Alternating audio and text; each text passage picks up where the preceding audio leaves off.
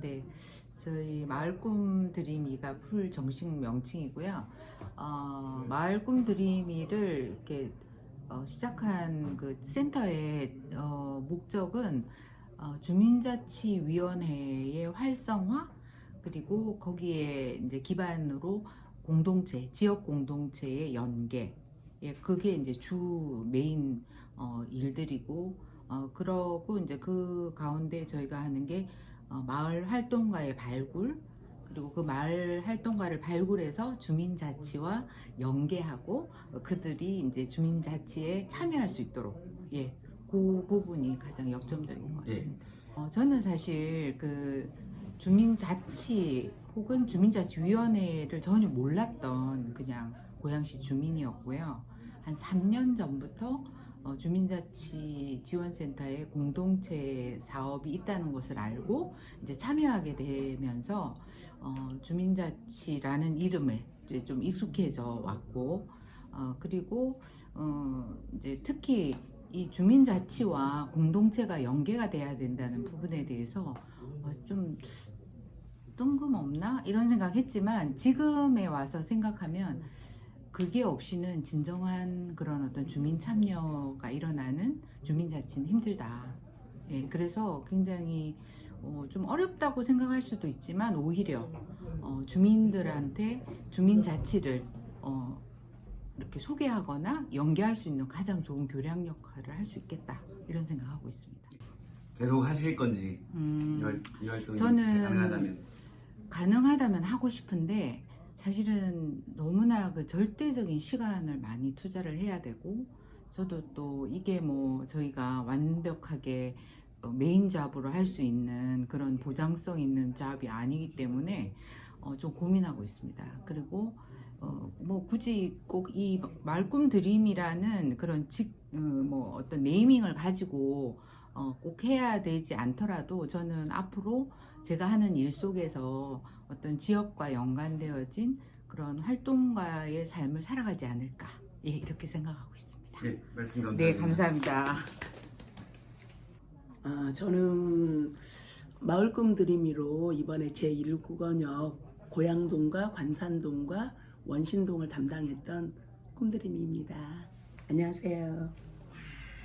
저는 일단은 공동체는 인간 기본 삶의 원동력이다라고 생각을 해요. 물론 가족 공동체에서부터 시작을 해서 큰 범위의 국가까지가 모든 공동체라고 생각을 하기 때문에 공동체 활동은 필수다. 그러나 이제 저희 마을꿈 드림에서 말하는 공동체는 주민자치와 그 공동체 활성화인데, 제가 항상 저는 자치에 대한 관심이 많아요. 동자치, 지방자치 또는 국가적 자치에 대해서 관심이 많은데, 모든 자치의 기본 베이스가 공동체로부터 시작한다. 소규모의 공동체에서 파생한다. 그래서 공동체 활동은 어떤 의미가, 저는 이제 2사람까지는 아니고 3사람 이상 모이면 공동체라고 하는 그거에 대해서 좀 많이 주변에 이야기를 해요. 기억에 남는 공동체는 이제 몇 개가 있는데 다 말씀드리기는 그렇고, 저는 제가 담당하고 있는 권역이 고양동이라는 곳이 있어요. 물론 고양시의 자존심 고양동 하면서 굉장한 프라이드와 자부심이 강한 그런 주민자치위원회 활동가들이 있고, 거기에 따른 또 사실은 우리 그 자치공동체 지원센터의 그 공동체 사업에 제일 많은 참여를 하고 있는 그런 동이에요. 이번에는 제가 이 활동을 하면서 그 활동가들이 그 주민자치의 몰입이 아니라 주민자치를 지역으로 끌어내는, 그런데 연계를 하려고 그 대표들하고 좀 커뮤니케이션을 많이 한 것이 저는 개인적인 기억이 남습니다. 가능하다면 제가 뭐 공동체에 대해서 그런 생각을 하기 때문에 뭐 이 여부에 상관없이 계속 저는 그 삶을 살 것 같고, 하지만 기왕이면 또 여기에 베이스가 되어서 하는 게 훨씬 또 영역이 넓어지더라고요. 그리고 저희 동만이 아니라 고양시 전체를 아우를 수 있는 그런 베이스 기반이 되어져서, 그런 점에서는 만약에 기회가 된다면 계속 하고 싶어요. 네, 한 해 동안 수고 많으셨습니다. 감사합니다. 감사합니다. 네, 저는 올해 그 그 능곡동, 행주동, 화정 1, 2동을 권역을 담당했었던 마을 꿈드림 이미영입니다. 일단은 저는 이제 이런 마을 활동이나 공동체 활동을 해본 경험이 없어서 올해 자치공동체 지원센터 지원하면서 마을 꿈드림이라는 역할로 주민자치위원회를 만나고 공동체를 만났는데 이거 자체가 저한테는 엄청 힘든 일이었어요, 사실. 왜냐면 처음 해야 되는 일이고 낯선 사람들에게 가서 이제 사업을 이야기하고 주민자치위원회 활동이나 공동체 활동을 제가 지원하겠습니다라고 얘기한다는 이 나의 역할이 어떤 건가라는 이 정립부터 힘들었고 초반에 해서 주민자치위원회를 제가 능곡에 살고 있지만 능곡동 주민자치위원회라는 곳이 이런 활동을 하고 있구나라는 걸 처음 알았거든요.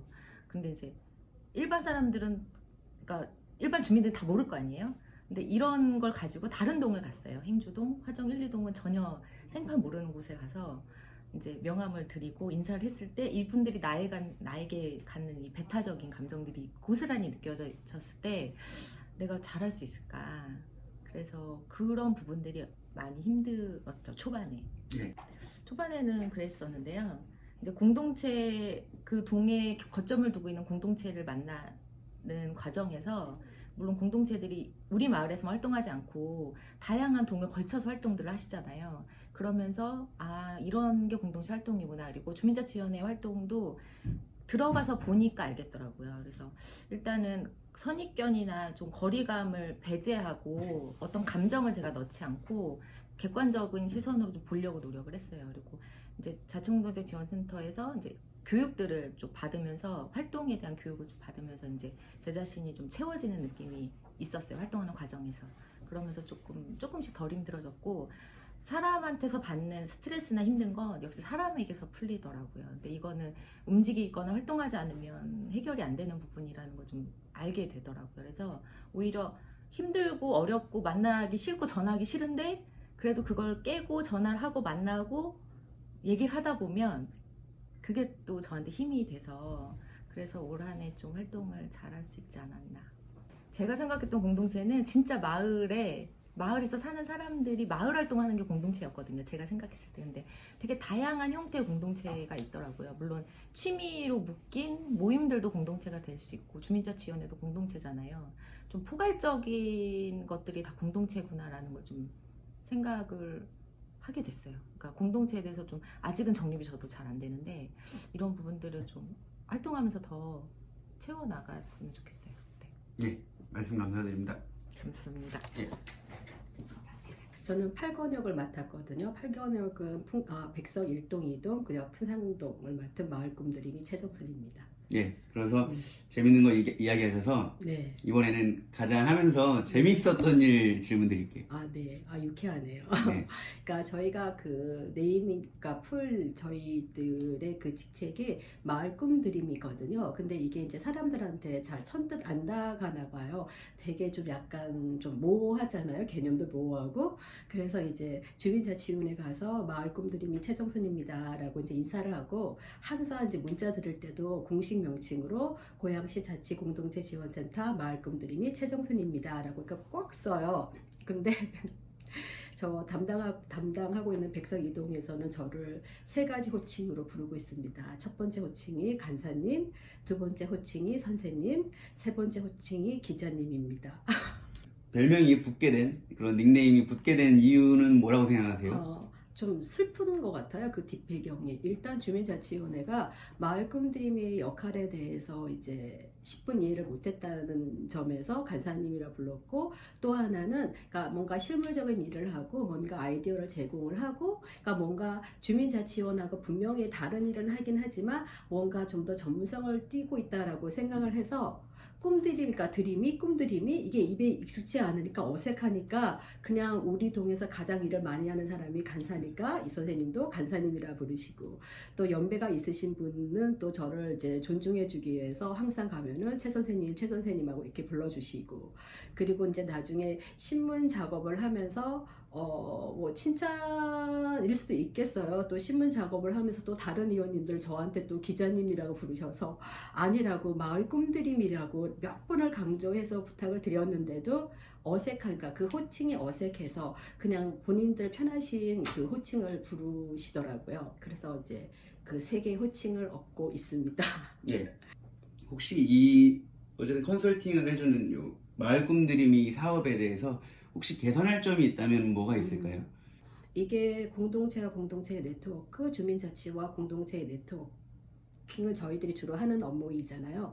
이거는 저는 제가 그 활동을 하면서 느끼는 거는 시간이 가져오는 관계성에서 주어진다라고 생각을 하거든요. 그러니까 충분한 시간이 주어져야지만 어떤 결과물이 이제 이루어진다라고 생각해요. 그래서 물론 관계 속에 들어가서 어떤 정의 개입이 되어서 어떤 객관성을 이룰 수 있는 그런 위험성은 있지만 서로 내가 마음을 열었을 때 상대도 마음을 열게 되는 거고, 그리고 그 마음을 여는 거는 단순하게 한두 번 만났다가 이루어지는 것이 아니라 일정 부분 나의 마음을 열어주고 솔직했을 때만 이제 관계가 맺어지고 이제 힘이 생기고 시너지가 생기더라고요. 그래서 제가 밖에서 보는 공동체는 굉장히 근사했었어요. 굉장히 열린 마인드를 가진 사람들이 정말 어떤 사회 이슈를 가지고 사회를 정말 건전한 방향으로 그런 방향으로 몰고 가는 그런 사람들의 작은 움직임이라고 생각을 했는데, 제가 마을 꿈드림을 하면서 바라본 공동체는 대단히 이기적이고 폐쇄적이다라는 생각을 많이 했거든요. 그러니까는 몇 사람 끼는 재밌고 좋아요. 그런데 여기에 공공성이 들어가야 되는 거잖아요. 공동체라는 그 개념이 무엇인가를 한 번만이라도 더 생각한다면, 똑똑 노크하고 문 두드렸을 때 아 누구세요? 라고 왜 왔어요? 라고 물어봐 줘야 되는 게 공동체라고 생각했는데, 그러한 부분이 많이 아쉬웠던 부분이 있었거든요. 그러면 그런 부분을 어떻게 우리가 그러면 극복해야 나갈까? 네, 마음이 다치고 시간이 많이 들지만 어쩔 수 없이 계속 노크할 수밖에 없다라는 거거든요. 그래서 노크하고 대화를 통해서 시간을 통해서 서로가 이해를 하다 보면은 정이 생기는 거잖아요. 뭐 알면 사랑하게 된다. 딱 그거인 것 같아요. 그래서 이 마을 꿈드림이에게 충분한, 그러니까 공동체를 알고 공동체가 마을 꿈드림이를 알 수 있는 충분한 시간을 할애해 주는 이것이 가장 중요한 문제인 것 같은데, 아시다시피 마을 꿈드림이는 일주일에 20시간 일을 하는 거거든요. 턱없이 부족한 시간이고, 센터에서도 충분하게 마을 꿈드림이가 공동체와 주민자치위원회가 교감할 수 있는 충분한 시간을 할애할 수 있도록 그러한 어떤 그 타임라인을 짜서 접근하는 게 맞지 않을까, 그런 생각을 해봤습니다. 고양시 자치공동체지원센터 굉장히 멋있는 네이밍이잖아요. 또 되게 멋있었어요. 솔직히 지원했던 이유가 이 멋있는 이 센터를 칭하는 이 멋있는 이름과 마을 꿈드림이라는 굉장히 이상적인 이름 때문에 사실 지원을 했었는데, 현실과 인상은 항상 다른 것 같아요. 그리고 중간 지원 조직이잖아요. 그러니까 중간 지원 조직은 시의 하수인이 되어서는 안 된다라고 생각을 하거든요.